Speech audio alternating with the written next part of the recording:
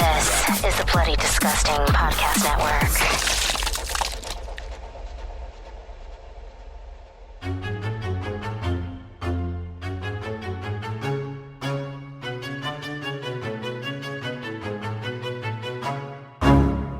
We're gonna carry on and plan the sequel, because let's face it, baby, these days, you gotta have a sequel.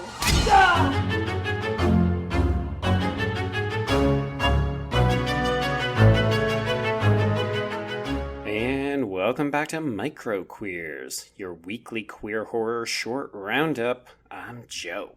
And I'm Trace, and we're talking, well, honestly, a short that I'm not really sure what point it's trying to get across. So we're talking Dominic Haxton's Tonight It's You.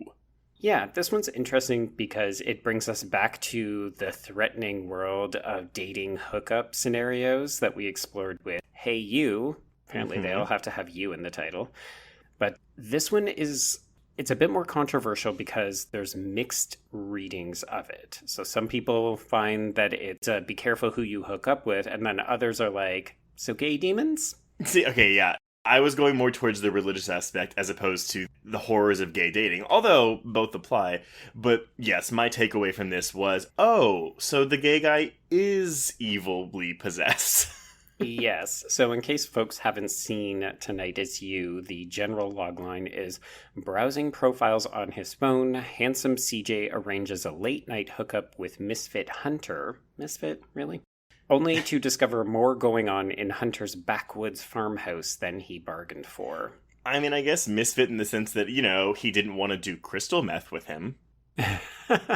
Yeah, I was trying real hard to be like, is that supposed to be pot or is that crystal meth? Because we're talking some broad stereotypes here if that's the meth. Okay, so I'm going to put this story out here because I just think it's funny because I don't have any experience with meth. Oh, come on, Trace. Just tell us about your crystal meth experience. No. But like, do you know, like, the code for meth, like, on the dating apps? God, no. There's a code? Yes. Okay, so basically, Okay. so the first time my husband and I broke up, like, this would have been, like, around 2012-ish. Maybe it was the second time. Maybe it was 2013. I got on the apps for a bit, in, like, you know, the 3 months we were not together.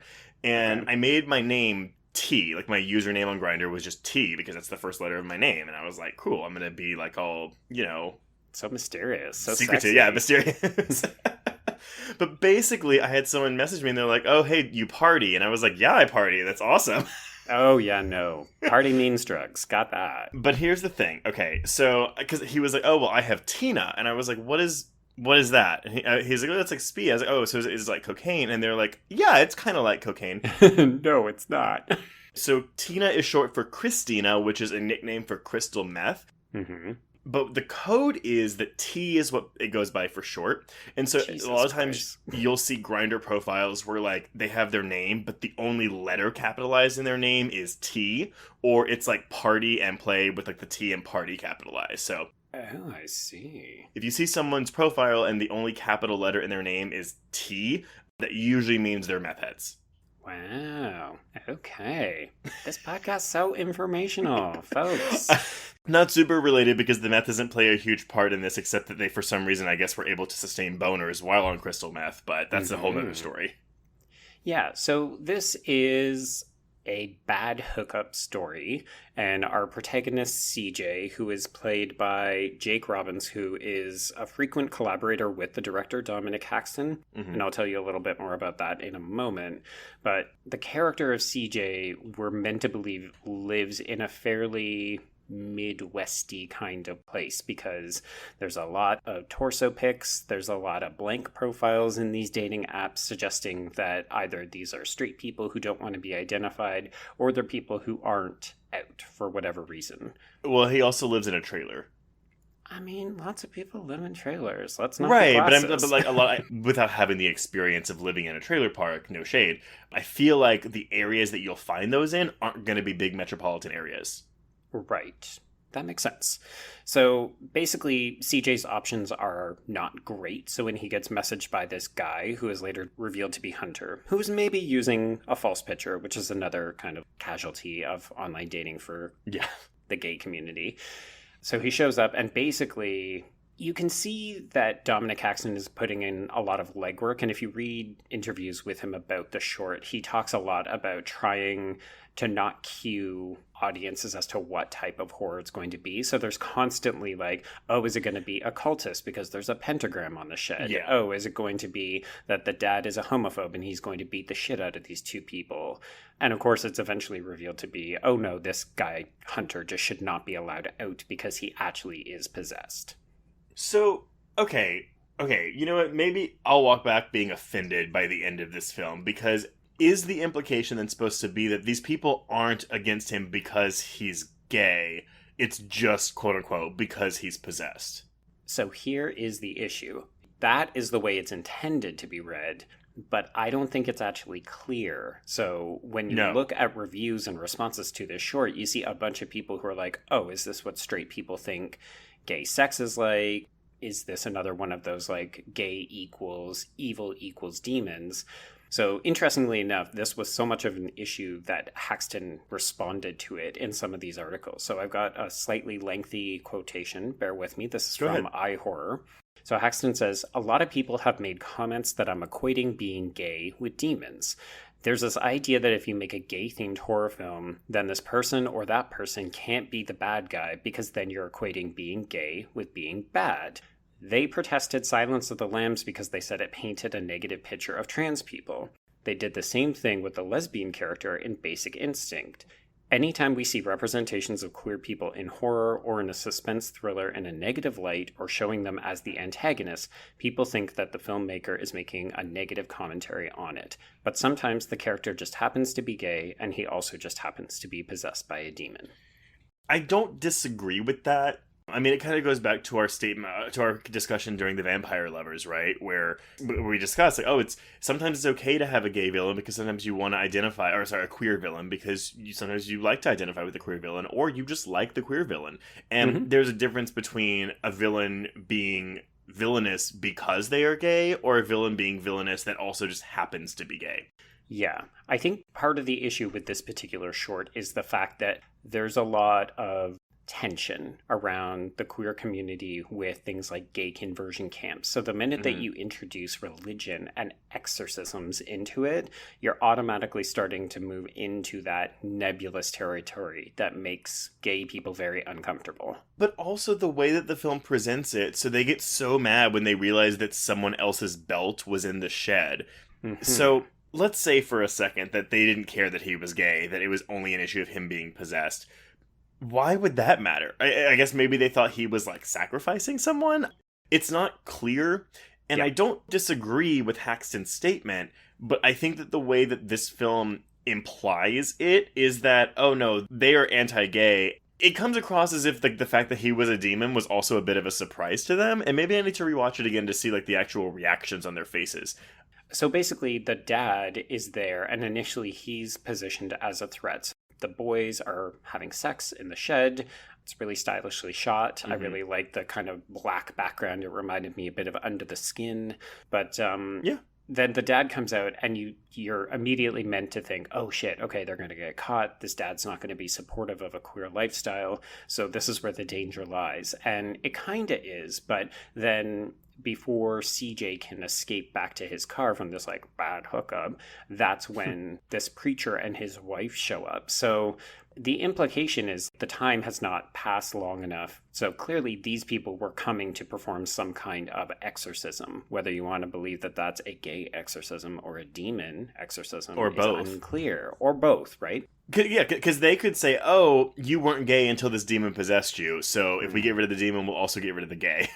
Yeah, I mean, the fact that we can have so many varied readings, I think it speaks to Haxton's attempt to confuse or challenge our assumptions about like where the danger lies. But I think the issue is that because it's not clear, there's room for different readings, some of which are not supportive of this short. Right. And granted, I think that is a good thing to have because it will spark conversations like this. But I also think, yeah, I mean, if you're going to do that, that's cool. But you also have to be ready for the backlash as well as the support for whatever it is you're doing. Because I can see people watching this and being offended because of the reasons that you already said.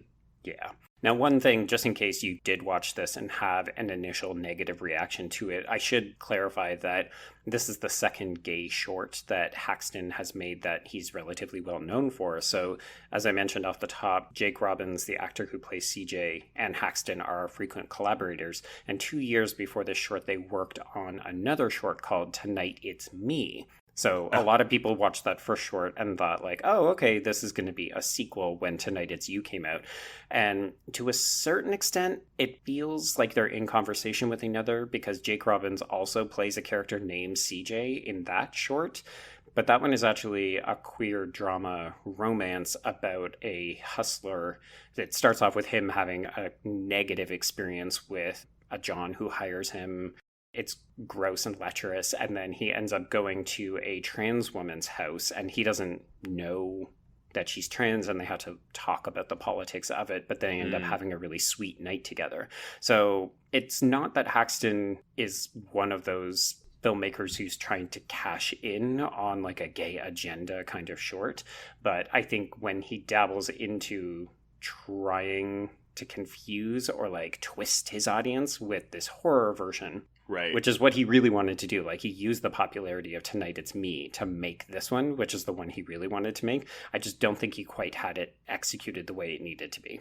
Yeah, I would agree with that. What do we make of the ending of this then, when it's just Hunter standing across the really gross looking pool from CJ?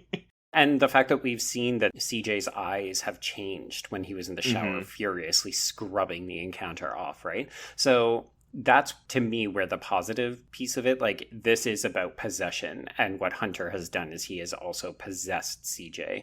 Now, again, whether you want to read queerness into that, that's debatable. Clearly, CJ was already gay. So I think it's more like Hunter was looking for a partner. I was going to say, I mean, had CJ not already been gay, because I think you could also read it as, okay, well, because when he's on top of CJ, you know, he like vomits stuff in his mouth. Yeah. It like spreads the gay to him. But because CJ's already gay, it doesn't come across that way. But I can see how someone would be like, oh, it's the gay agenda. He indoctrinated another person into his gay cult. Yeah. And instead, I think it's just, oh, it's the demon agenda. He's possessed someone else into his demon cult. So yeah, I guess, yeah, that's probably the button you need to make this go down a bit easier. Would you watch a feature-length version of this? This is a tough one. I feel like this is actually pretty good. I would have liked a little more clarity. Like, I don't think the narrative is quite there, but I think it's really stylishly shot. Like, I like this short quite a bit, all things considered. But I don't know if it needs to be longer. Yeah, I think Haxton directs it very well. I mean, I think the only benefit of making it longer would be to expand and maybe clarify some things. I would say, but on its own, I mean, like, this is a 17-minute short. Like, it's one of the longer ones that we've covered, and it feels mostly full at that runtime. Yeah, I think maybe a couple minutes more just to unpack the religious connotation would have helped it. But aside from that, I could definitely see a feature-length version of this. I just don't know that I need it. Yeah, no, I totally get that. Well, listeners, let us know what y'all think. Did you read positive things into Tonight It's You, or did you walk away a bit offended? Please let us know. As usual, the short is in our show notes, or you can find it on our socials. But, yeah, just let us know. And on that note, we can cross out Tonight It's You. Yes, and cross out micro queers.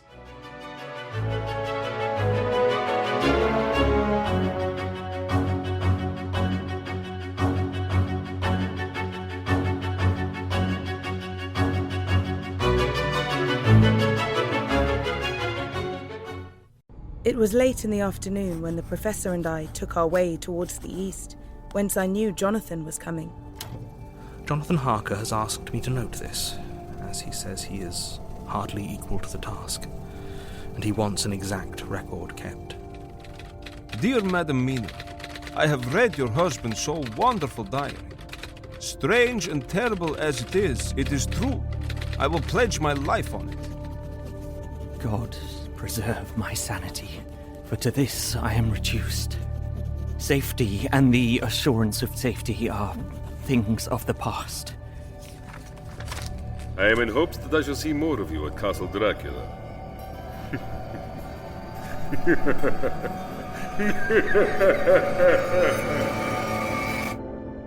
Listen to Regarding Dracula wherever you listen to podcasts, or find us online at bloody.fm.